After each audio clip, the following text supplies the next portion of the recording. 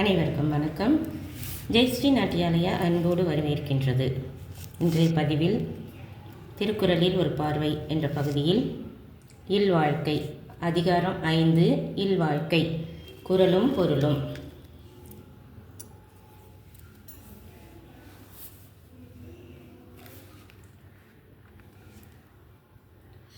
இல்வாழ்வான் என்பான் இயல்புடைய மூவர்க்கும் நல்லாற்றின் நின்ற துணை.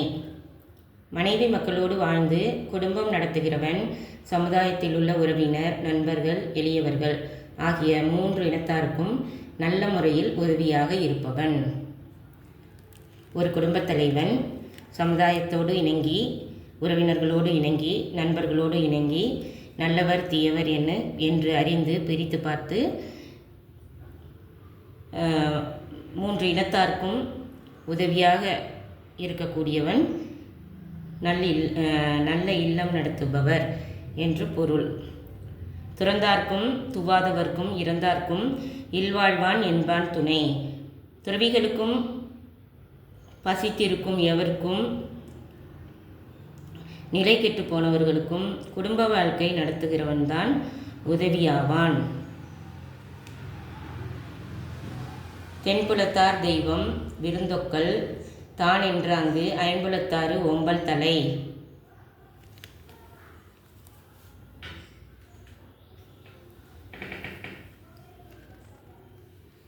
பொருள்: கடமைகளை எந்த வரிசை கிரமத்தில் கவனிக்க வேண்டும் என்றால், மூதாதைகளை பூஜித்தல், தெய்வ வழிபாடு,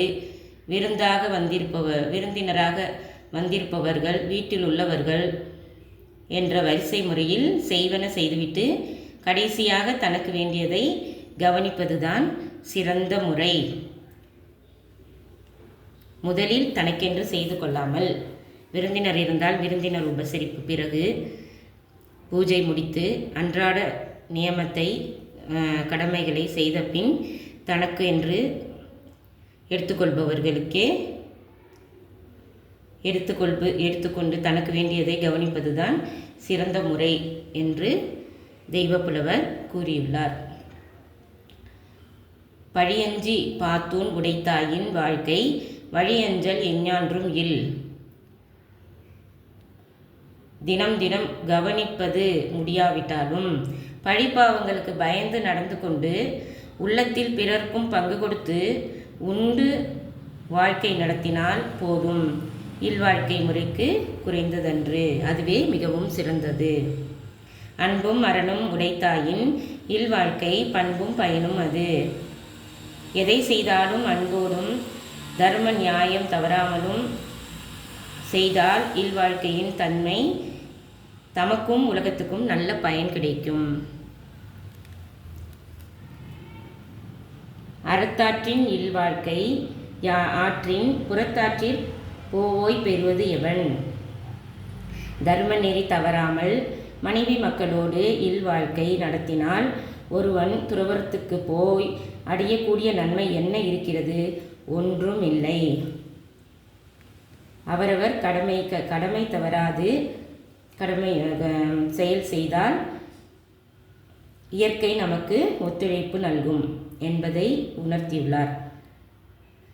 இயல்பினால் இல்வாழ்க்கை வாழ்பவன் என்பான் முயல்வாருள் எல்லாம் தலை. சரியான முறையில் இல்வாழ்க்கை நடத்துகிற குடும்பி அந்த இல்லால் மேலான வாழ்வு பெற தவநெறியில் முயற்சி செய்கிறவர்கள் எல்லாரிலும் சிறந்தவள். ஆற்றின் ஒழுக்கி அரண் இழுக்கா இல்வாழ்க்கை நோற்பாரின் நோன்மை உடைத்து. முறைப்படி நடந்து கொண்டு தர்ம நியாயம் தவறாமல் குடும்பம் நடத்துகிறவன் துறவம் பூண்டு தவம் செய்கிறவர்களை விட பொறுப்பும் சகிப்புத்தன்மையும் உடையவன். அரணெனப்பட்டதே இல்வாழ்க்கை ஆகுதும் பிறன் பழிப்பது இல்லாயின் நன்று. மனிதனுக்கு தர்மம் என்று சொல்லப்படுவதே குடும்ப வாழ்க்கைதான். ஆனாலும் மற்ற நெறியை கடைபிடிக்கும் துறவரத்தாரை அவமதிக்காமல் இருப்பது நல்லது. வையத்துள் வாழ்வாங்கு வாழ்பவன் வானுரையும் தெய்வத்துள் வைக்கப்படும். கடவுளை அடைய வேண்டும் என்றுதானே துறவறத்துக்கு போகிறார்கள். துறவறத்துக்கு போகாமலேயே உலகத்தில் வாழ வேண்டிய முறைப்படி குடும்ப வாழ்க்கை நடத்துகிறவன் வேறு முயற்சி இல்லாமலும் வானத்தில் இருக்கிற தெய்வத்தோடு சேர்க்கப்படுவான். இந்த இல்வாழ்க்கை பகுதியில் எண்ணம், சொல், செயல், காம, குரோத, மோக, அகங்கார் விகார குணங்கள் இல்லாமல் தெய்வீக குணங்களை மனதில் இருத்தி செயல்பாட்டில் சொல்லும் செயலும் முறை தவறாது பிறழாமை இருந்தால் எண்ணம், சொல், செயலில் தெய்வத்தோடு சேர்க்கப்படுவது மிகவும் எளிது என்பதை வலியுறுத்தி கூறியிருக்கிறார். அதிகாரம் 5 இல்வாழ்க்கை பகுதியில்.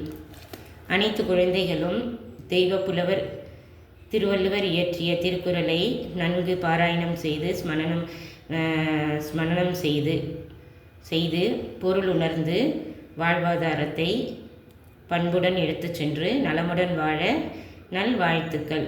வாழ்க வையகம், வாழ்க வளமுடன். ஓம் சாந்தி சாந்தி சாந்தி.